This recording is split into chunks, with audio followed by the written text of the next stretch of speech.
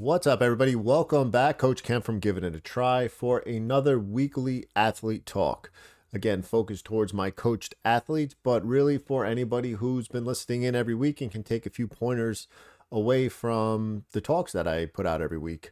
Not much going on this week. I'd like to welcome, there's a few new athletes on board with the coaching, so welcome aboard. And you might be tuning into one of your first talks here, and that's great. A few just notes I've made over the past week, again, just through coaching and what information I'm putting out on the coaching app versus some conversations I had with some of the athletes out there.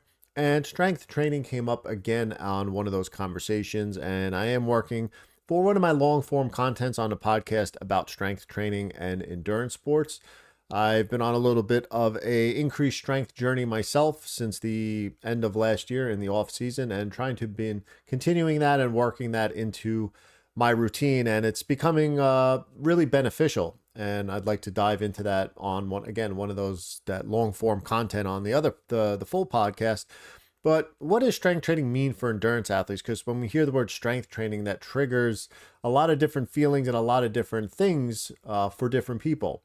Strength training, to some people, you just may think big muscles, big weights, strong people in the gym, like that type of bodybuilding. Some people may think strength training and they may think CrossFit, or they may think high intensity interval training like an Orange Theory or an F45.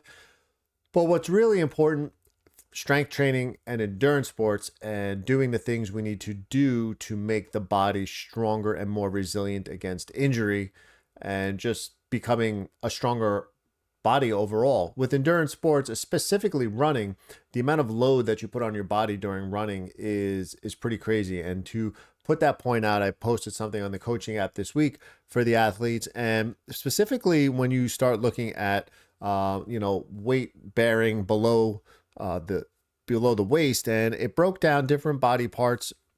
It broke down parts of your calves and your shins and your thighs, and the amount of body weight times your body weight, what that is. So just pick a 200-pound person for one instance, and some of the breakdowns for certain parts of the body were 1.2 times your body weight, 6.7, 5.5, 5.2. These are different body parts. So every time you're running and hitting the ground, you're putting this much greater force on the body than just a 200-pound person hitting the floor.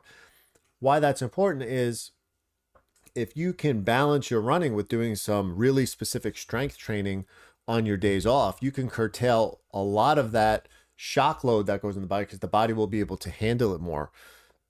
Really just progressive overload type programs. And what I mean by that is, same as running, we start slow, we start easy, we start low mileage, and build our way up to our race day. Same with that. When we're in a true strength progressive overload, we start with different periods. We start with acclimating the body towards movement, towards body weight, and then towards weights, and continually try and build and get stronger.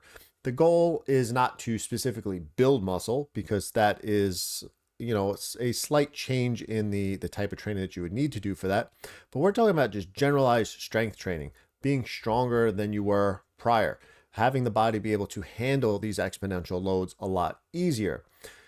And when you tie that into some extra mobility work, and then some single leg stuff and stability work, because again, when you're running, you're on one foot at a time. So if we can start working in more individualized single leg movements, you'll start to see where some of these weaknesses are. You'll notice that one leg's probably stronger than the other. So working these things out, that's the true type of strength training program that I would try and push somebody to. You're going to get a good workout out of a high intensity interval type training with weights, but you're not really going to build the specificity that we need to help with that prevention of injury and things like that for your running. Another quick topic is conversation I had with an athlete this week, and they're starting out with the coaching and the coaching plan. They've run a little bit before, trying to build back and see what their consistency is up to this point. But they reached out and they said they were getting discouraged by their high heart rate during their training. And, they run with a little bit of a run club sometimes. And when they go out with that, these people are running at faster paces and they seem to do it so effortlessly. And when, they say what their heart rates are at these paces, they're a lot lower. But we're only like a week or two into this training thing together.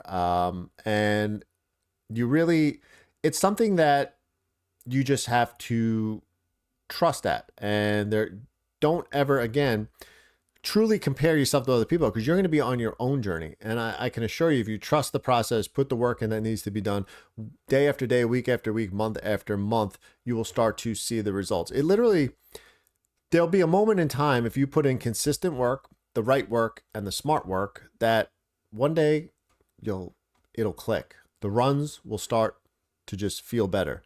The heart rate will tend to start to track lower.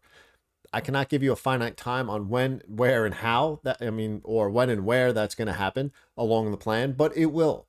We put the plan in place for you to succeed, for you to do that. And everybody's individualized. So what may take one person a little easier due to their lifestyle, their age, their activity background, it's going to be a little different than somebody else. But the biggest name in the game is the smart, consistent work that we need to put in, and the specificity of running that we need to put in to be able to get to that point. And I know it's a lot. It's a little overwhelming, especially if you just go from kind of a casual runner who really hasn't had a set structured plan year after year, season after season, race after race, to a coaching structured system. It may become a little overwhelming.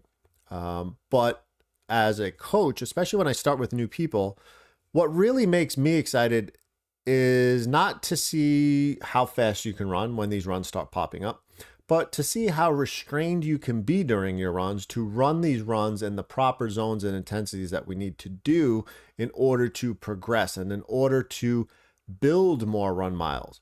We can't build volume out in a plan, and this is going to be another talk to mark on, is volume and intensity and how they work with each other. Is volume is the amount you train, whether it's time, miles, or whatever it is. We have to build up to a good sustainable volume for you before we can really start building in intensity. Because if I don't do my due diligence looking back at what someone did with their endurance journey, and then all of a sudden throw a pretty moderate plan together that has a bunch of volume right away with intensity built into it, it's too much of a change, and the body's going to wind up basically just overtraining way too soon.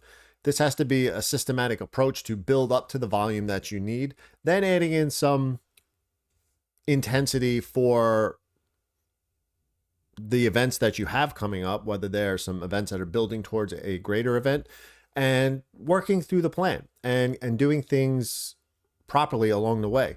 Because again, I say it all the time, there is no way around. There's no shortcut. There's no cheating with endurance. They're literally, especially with aerobic endurance, it is just dedicated, consistent, disciplined work and done properly without overdoing it. I've talked about this before as the med philosophy, the minimum effective dose. Basically, every week you're stressing the body. Every day you're stressing the body with activity. We need to do it just enough so that we can recover, build back stronger very incrementally, and go do this again week after week, training cycle after cycle, month after month, block after block, season after season, build after build, in hopes that we keep progressing slowly up the staircase so that you can reach your true potential. If you dive into it way too soon, you will overwork yourself. You will overtrain the body. You will be working past what you can recover. So unfortunately, all this hard work you're putting in, you're not going to see the benefit from it because you have diminished returns. Diminished returns is your body can only handle a certain amount and then make that adaptation and build back stronger in a certain given period of time.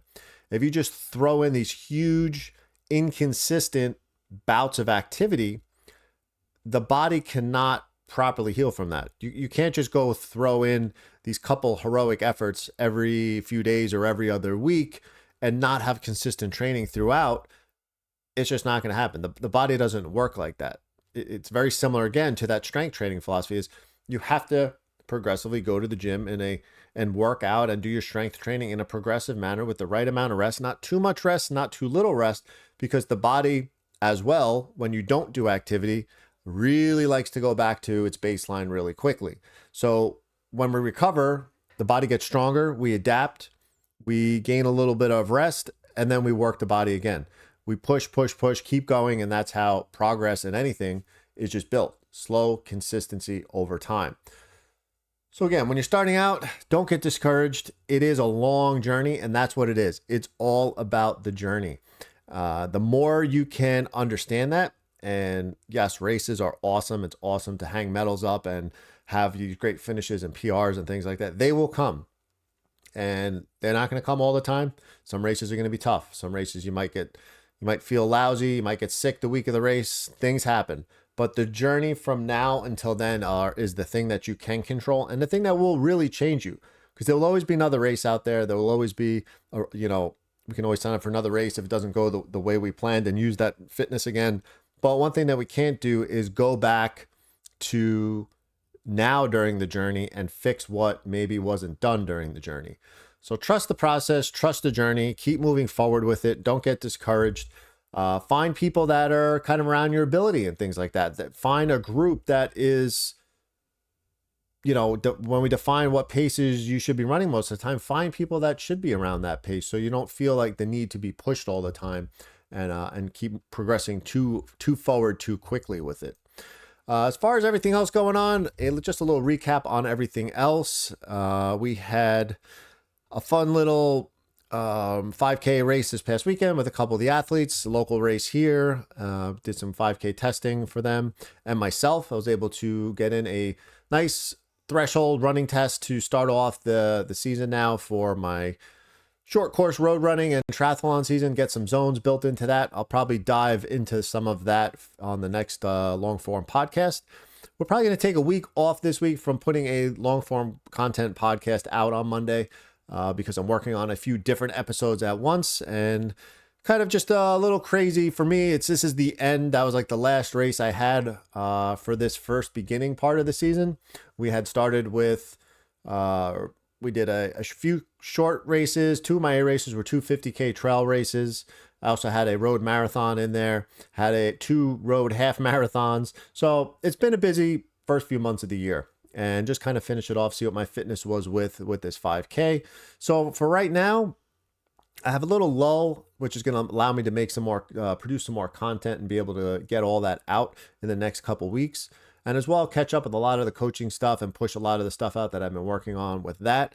And just really looking forward to the weather turning amazing here up in New York. So I'm going to be out there trying to get some group rides, group runs in, putting a bunch of stuff out there. So if you got something going on Long Island, you want some company on the runs and rides, post up, reach out, and let's make it happen.